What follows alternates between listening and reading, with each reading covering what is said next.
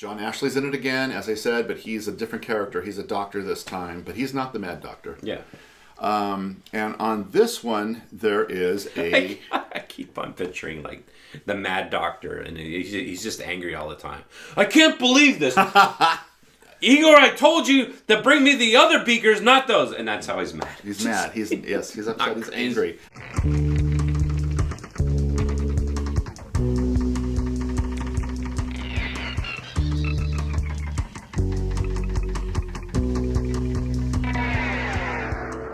Aloha, children of the night, and welcome to the wonderful world of Blood Island.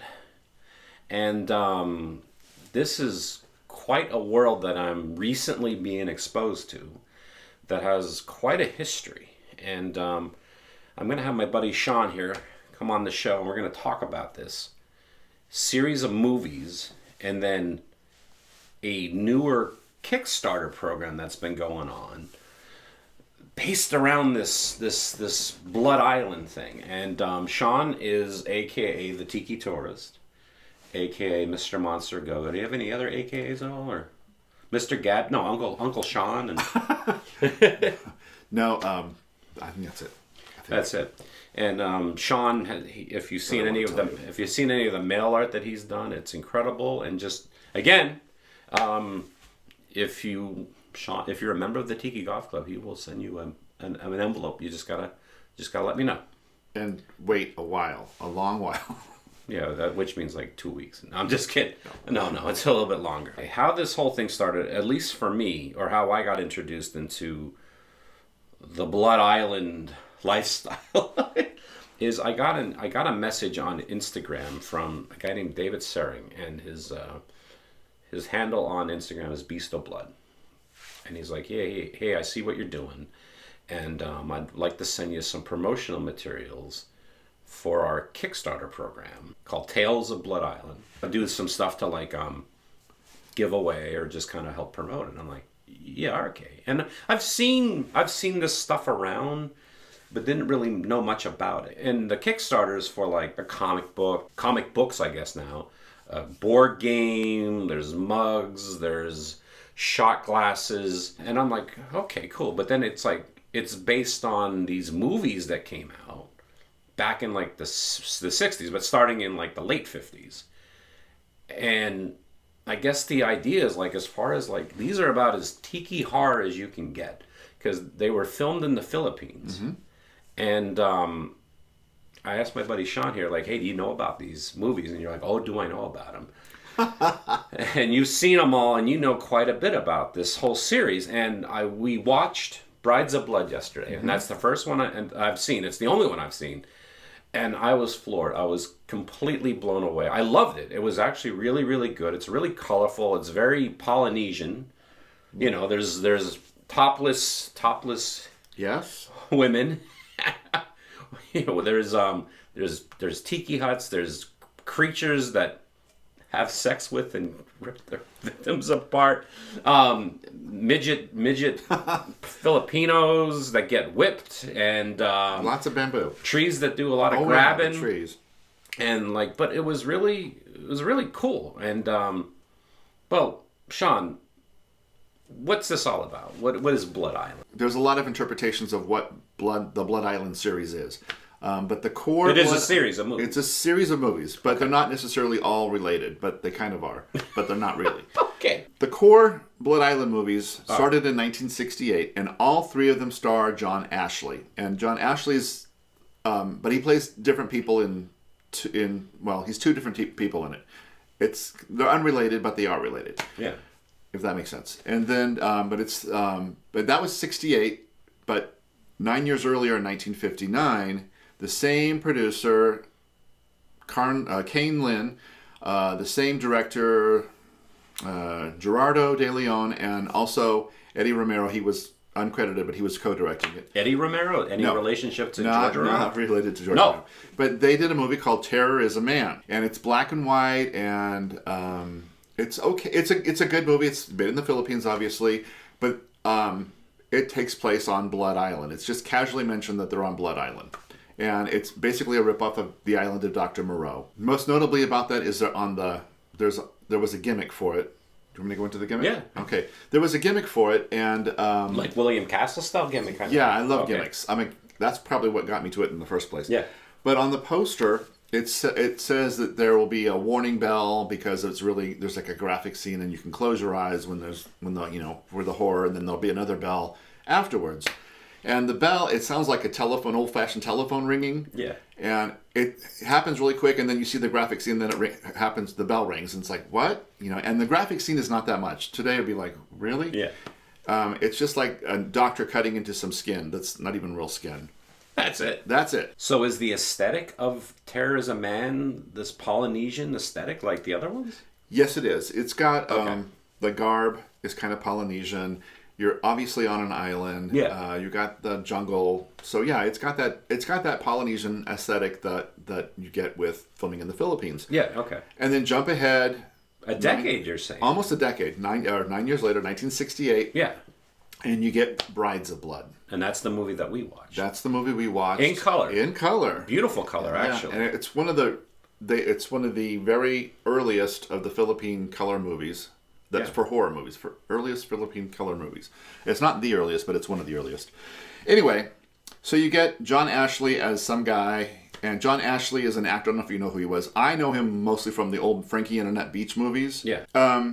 He's the star, and there's also this woman named Beverly Hills. How original. How original. She's a female. Otherwise known as Beverly Powers. Beverly Powers. She kind of gave up her stage name halfway through her career because... No, it was Powers actually her last name? Powers is her last name, She should have just stuck with that, though. Yeah, well, I think she was trying to think of her hills and get herself be like a famous starlet in it. Sure, yeah. But she wasn't in some Elvis movies, though. She was in Elvis movies, yes. Another thing, she has big hills, I guess. She has hills, yes. Well, right off the bat, like, in the movie starts off, it's like they're on this boat, and they come to the island, and like all the natives are there at the beach. They're all dressed up in their garb. This is definitely tiki, and there's actually tiki statues. I mean, it's their own kind of statues. Yeah. And I'm like, okay, I'm in. And tell us more about it. So in the movie, there's all these things going on. They're on Blood Island, which is the connection to Terror is a Man, which is also known as Blood Creature. Yeah. They're on Blood Island, and they kind of explain throughout the course of the movie why Blood Island has strange things happening on it. The atomic blast tests at the Bikini Atoll. Yeah. It wasn't there, but people were relocated there after the blast. It was a deserted island before, which kind of accounts for when Terror is a Man was happening. Yeah. And they really relocated there to settle it. But I guess some sort of radiation has happened, and so we have strange things occurring there. And one of the strange thing is the plant monster things, and you see more and more of them as the movie goes on. And I call it the Little Rainforest of Horrors instead of the Little Shop of Horrors because it's true though. The trees and stuff have these kind of like tentacle-like branches that are coming after people, and they grab onto you and all this other stuff. At the end, eventually people are torn apart with the branches, but that's not the big thing. That's not the whole big thing. The Brides of Blood part actually comes in because there's another thing on the island. I don't want to give too much away, but it's a thing. It's a thing, and it needs brides. It's a sex machine. Yeah, it needs brides, and so every night, 2 of the native women are sacrificed. There's like a lottery type of thing, and they have to grab something, and if they grab the right thing, then they are they tie them up to like this like X stake. Yeah, like this. Yeah, and they get stripped naked. Yes. And how they showed that, the filming on that was pretty clever too, where it's like very, very far away, but you see that they're naked. But and the monster itself is sort of like, okay, yeah. I was joking around that it's like, it looks like Ernest Borgnine. But the only thing that it has in common with Terror is a Man is that it's on Blood Island. On Blood Island. So the second movie is Mad Doctor of Blood Island. This one, in addition to John Ashley, also stars Angelique Pettyjohn. Yeah. who you might remember from Star Trek. She had the big blonde hair and Oh, the yeah. silver outfit. So they're on Blood Island, and there's a monster roaming Blood Island. And A different monster.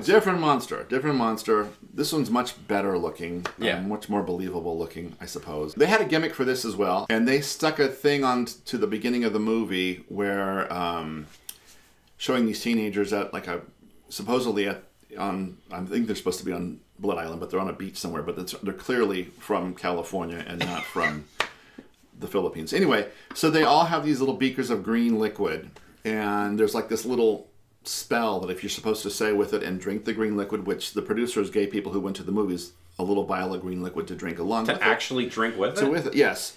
Yeah, And I wouldn't trust it was that. supposed to keep you safe from turning into one of the monsters on Blood Island. That it's in the movie. And the green is supposed to be green blood because the monster has green blood. Anyway, so we get to And this. people drank it? I don't know. I would wouldn't. say I'd be like, what is this? Yeah. I mean, what is this really? But going back to the Brides of Blood, there was also another thing where they gave out little genuine, authentic, fake wedding rings or whatever they Nice. described it. Right.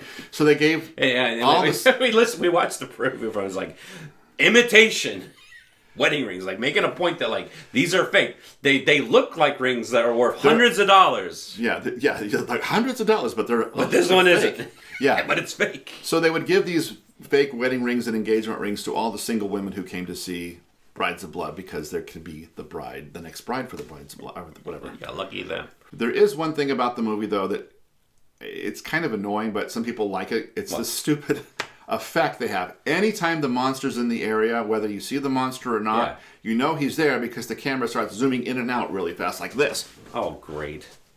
So if you suffer from epilepsy, And it's like, you oh might my not- God, calm down. I'm getting seasick watching the movie. Yeah, and I think that alone is why that's kind of the three core ones. That's my least favorite one. Yeah. But anyway, so the story ends, and then we have the next Blood Island movie, which is Beast of Blood. Beast of Blood. Beast of Blood. John Ashley's back in it again as the same character. Same character. The Okay. same. I'm going to give something away. The Mad Doctor's in it again. And also the same beast is in it. So it is kind of like a true sequel. Those two are, yes. But those two really have nothing in common with the only thing they have in common with Brides of Blood is that it's on Blood Island. It's on Blood Island, and there's some of the same actors, but they're doing different Okay. roles. Yeah. So it isn't like a sequel like that. They're not those two are not a sequel to the first one. No. It's just that this Blood Island. So essentially, when you go and watch in the second one, everything that happened in Brides of Blood essentially kind of didn't happen, or just that's another parallel universe or whatever, which is also like they're not like they're in Mad Doctor Blood Island. They're like, can you believe there's another monster rolling around? The last one was screwing everything that moved. Anyway, things happen, the story ends, but does it end? I don't know. They were supposed to leave it open, I think, or they were planning on having another Blood Island movie. But what happened was one of the producers for Horizon Pictures, Eddie Romero, who was also the director for a lot of them, and the star, John Ashley, they left to go form another production company. And so Hemisphere Pictures was kind of scrambling like, what do we do? And so Independent International, who was the one distributor here, they were like, what are we going to do? And so they kind of combined and they made another movie called Brain of Blood. It has nothing to do with Blood Island at all. It doesn't even take place on Blood Island. They never go to Blood Island. They never mention Blood Island. It doesn't have that aesthetic from being in the Philippines. Completely not. It takes place, it starts off in another country, and you know this because there's a picture of the Taj Mahal, but it's not India they're in. It's some other country. And No, that's not the Taj Mahal. That's it's a look-alike Taj Mahal. It's anyway. probably stock footage of it. It's just a still photo. It's a photograph. You can see people standing still in the movie. They're not. It's a picture. Here we are at the. And they're in some other country, but it was clearly they're in like a hospital room in this other country, and they filmed it here. But they're not even on Blood Island. They're not even on Blood Island, which would So what you're saying, Sean, is the only thing it has in common with the original Blood Island trilogy is that it has blood in the title. It has blood in the title, and it has some of the same production, the people connected with the producing it. Well, here's a good question. I mean, it's like as far as like your average audience member, people going to see these movies, how much would have they cared about the production crew?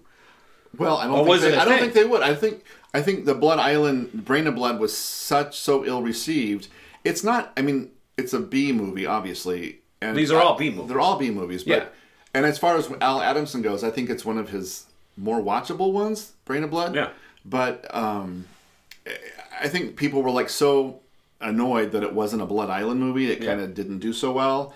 And then they kind of tried to re-release some of their other movies as Blood movies, or kind of make other people think that were Blood Island movies, but they weren't. And so they just kind of fizzled. Yeah. And that was the end of it until filmmaker, I'm going to say his name wrong, I think, but it's Brian Usna, I think that's how you say it, who made Reanimator 2, Society. One of the goriest movies I've ever seen. Reanimator 3, which I think it's Beyond Reanimator. Bride of Reanimator, Beyond Reanimator, I can't talk. And Return of the Living Dead 3. Anyway, he popped up with a Kickstarter in 2021. Yeah. And it was to make a comic book, Tales of Blood Island. Yeah. And I was a member. I jumped on that right away as soon as I found out about it. And you also, as some of their premiums, you got the comic book if you wanted it, but you also got, they had like tiki mugs. I believe they had a card game. You want to hold one? Yeah. I got some tiki mugs, and they do, what do they do? Show them. The head comes off. Just like in Beast of Blood. So the Beast of Blood. You can do a shot of something and a tiki cocked at the same time. Yeah. Beast of Blood, the poster for it shows the monster holding its head up, kind of like here. Yeah. This is a thing for Tales of Blood Island. The monster never actually does that, but there's a head, I'm giving stuff away, but there's a head that's not attached to the body, that's controlling the body and making it do things. It never actually holds the head above the body like that, but you can see that it could do that if you watch the movie. So he didn't make a new movie, he made a comic book. So he made a comic, and they mentioned in the Kickstarter thing that they were going to maybe hopefully do a movie eventually. Yeah. And so I was like all excited for the new movie, because the Blood Island movies, they're dated, they're you know, their budgets has problems, and it's kind of just, they're kind of just okay movies. They're not great movies. I mean, actually watching them with you through your eyes, because I've seen them before and it kind of didn't live up to my memory, but you know how that is. Mm-hmm. But watching them through your eyes again, I was like, yeah, this is better than I remember it being, because I just watched them like a week ago by myself, and I was like, But I was kind of hoping they would revamp it and bring it back and make it what it could be. That potentially still could happen. It still could happen, but the movie, as far as I know, didn't happen. And then the second Kickstarter started this year, and it's for a second issue of the comic book. Yep. And they, for also optional premiums, they have, I think they brought back the card game. They have a shot glass, they have a zombie glass, they have a board game. Yep. So I had contributed to with that. action figures, little figures. There's little action figures, yeah. I had contributed to the Kickstarter before Ray even mentioned that he was going to do this, and I'm excited about it. It doesn't end until November 2nd, so you have a chance to do it. And great premiums, and I'm looking forward to, hopefully they do a movie eventually. I would really, really like to see a new movie. Yeah, I was talking to Dave, and he was saying that at this point in the game, it's all about keeping it alive. The thing that I love about this whole Blood Island thing is that it is that. You want to combine horror, you want to combine tiki. This is it. I'm trying to think, and if anyone out there is watching, where you have a better mix of these things with other movies, let me know. But I'd say this is it, you know. And I'm really excited to watch the rest of the movies. I feel bad that I haven't watched them yet, but I'll tell you what, people out there, if you want to support the whole the Blood Island Kickstarter project, it's what's the name of the Kickstarter?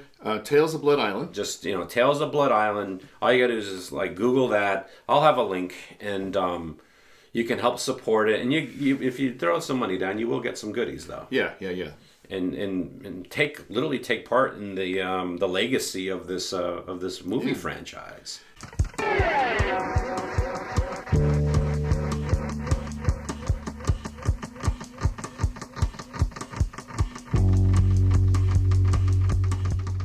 So you may be asking yourself, how can I join the Tiki Goth Club?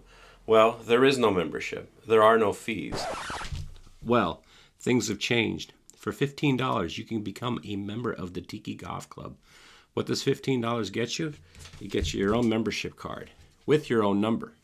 You also get a couple stickers and a pin. I also have shirts for sale. These are $20, $5 shipping and handling. If you're interested in any of this, go to my website, tikiwithray.com, and there's a tab that says Tiki Goth Club. Just click on that, and all the information you need is there.